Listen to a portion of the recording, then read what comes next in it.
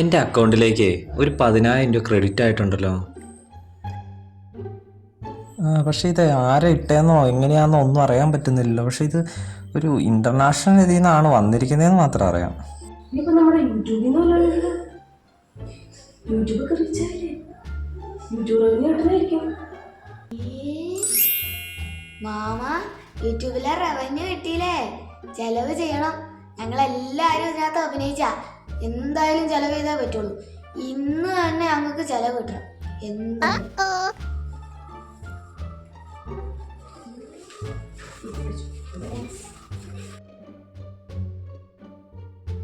10,000 രൂപ അക്കൗണ്ടിൽ വന്നു. 12,000 രൂപയ്ക്ക് സാധനം മേടിച്ചു.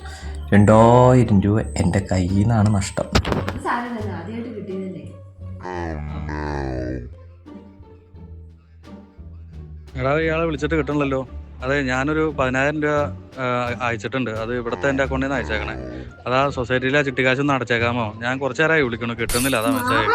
ഇപ്പൊ യൂട്യൂബിൽ നിന്ന് പൈസ വാട്സാപ്പിലോ മെസ്സേജ് ഇടും. അടുത്ത എപ്പോഴാ വന്നത് ചോദിക്കുവാ.